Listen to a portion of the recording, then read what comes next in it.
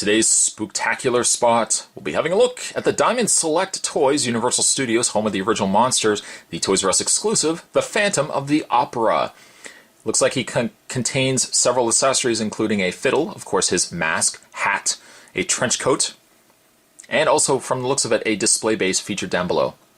Speaking of featured down below is a picture of the Phantom of the Opera without mask, down below there.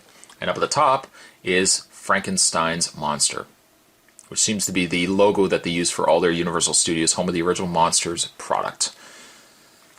On the back of the package, beginning in 1923, Universal Pictures began a series of movies. Later integrated under the Universal Monsters banner that changed film forever. These monsters created some of the most iconic characters in film history. Of those monsters available in this wave, there's the Invisible Man, This Island Earth, and the Phantom of the Opera. Read up, the Paris Opera House is haunted. A shadowy figure watches every show from Box 5, and angry letters from the Phantom demand that understudy Christine be given the lead role. If his demands are not met, the season will end in death. Includes violin and stand.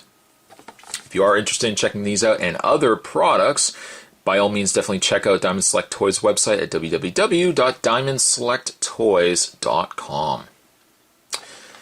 Having said that, Spot's going to take himself a terrifying break. I'm going to get this opened up, and when we come back, oh yes, when we come back, we're going to get a better look at the Phantom of the Opera. Don't go anywhere. Stay tuned. For your consideration, the Phantom does come with several accessories. For starters, you get yourself a display base for the figure itself. Pretty nice detail on the flooring there. It has 2 pegs so the figure can easily stand on the display base. There is also a secondary display base that can house the stand which I'll show you in a second. I'm trying to see if there is actually any way that the two connect, not so much connect, but interlock with one another.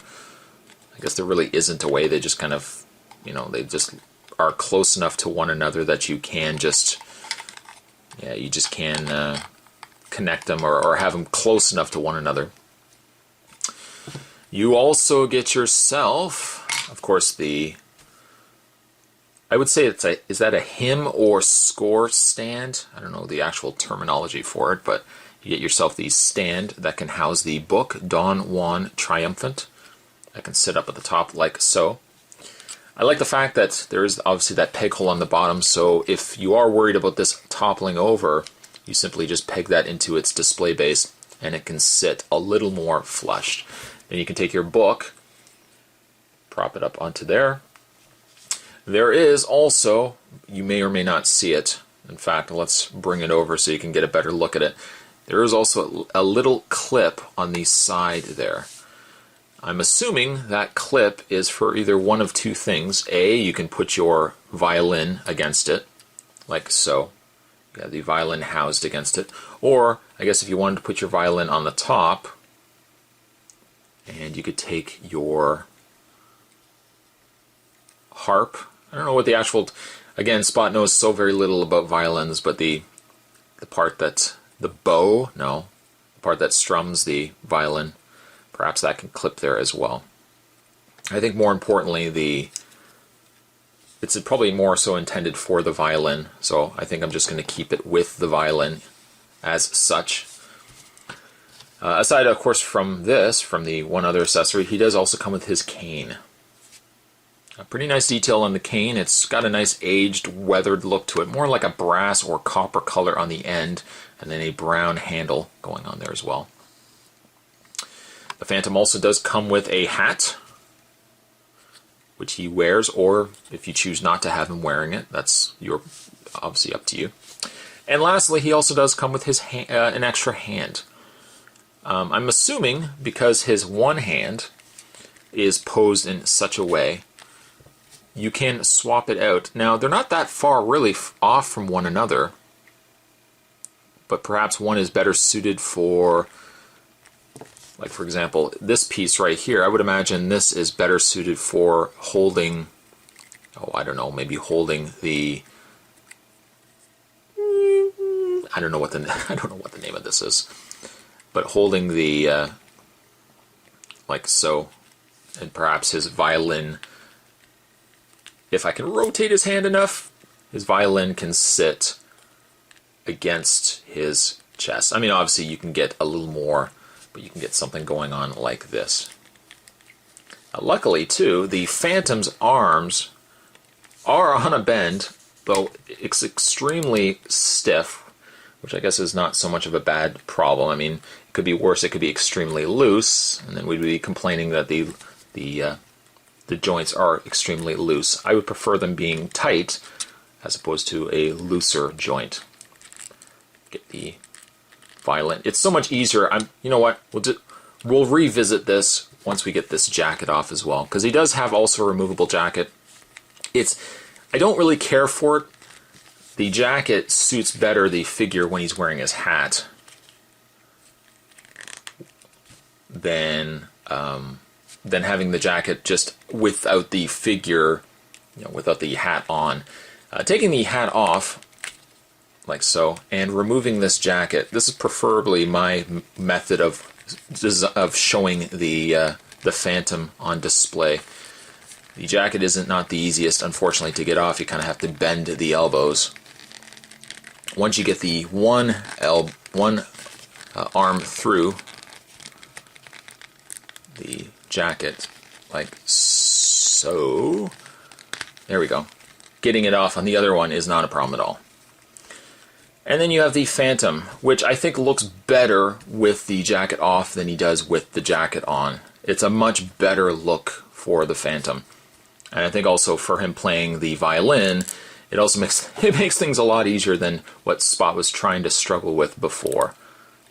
You can get him to hold the violin against his chin. Put the piece in his arm, like so. This works so much better if Spot just pauses his video, but we'll just wing it. We'll just go ahead and wing the end of this video. You know what, we'll just leave the violin off. You've seen the violin. I won't discuss it too much further.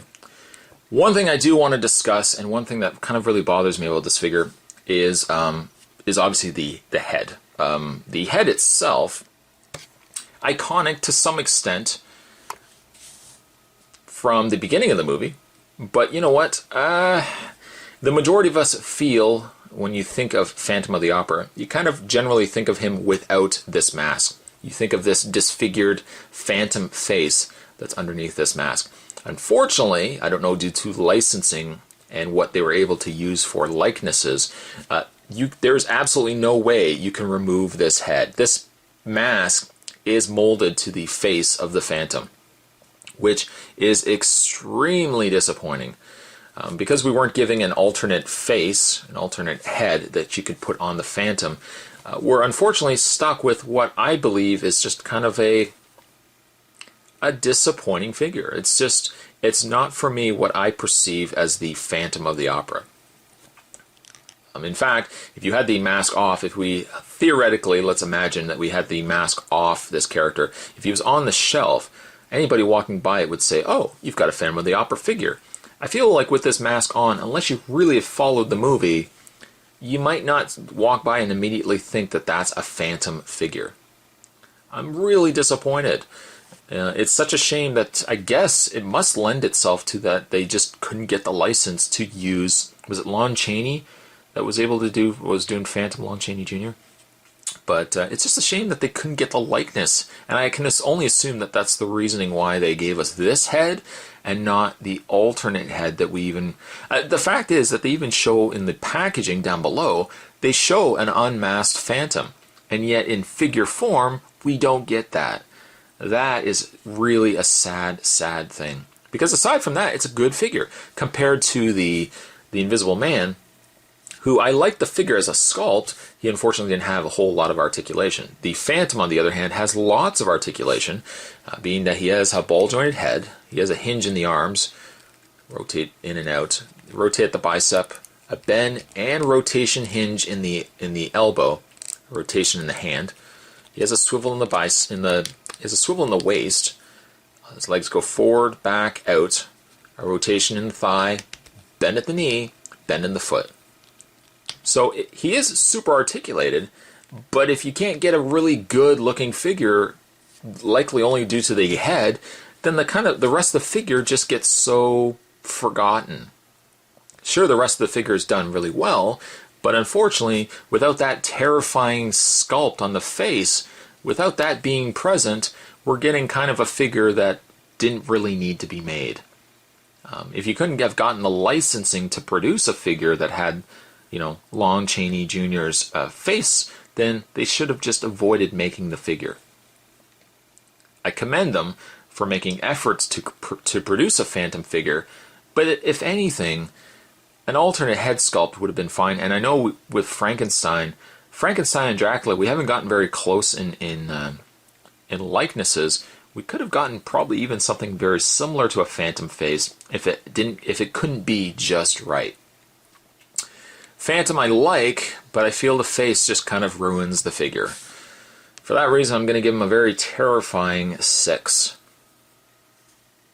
It's entirely up to you if you want to pick up this figure. Personally, I'm not really a fan of the fact that the face is not traditional Phantom, so it's really up to you whether you feel it's a pickup. If you've been picking up the other Universal monsters, then yes, I would probably say pick this guy up as a filler, but on his own, he's a bit disappointing. Today's Spooktacular spot, we're having a look at the Diamond Select Toys, home of the Universal Studios, home of the original monsters, Phantom of the Opera. Thanks for watching, guys. See you next time.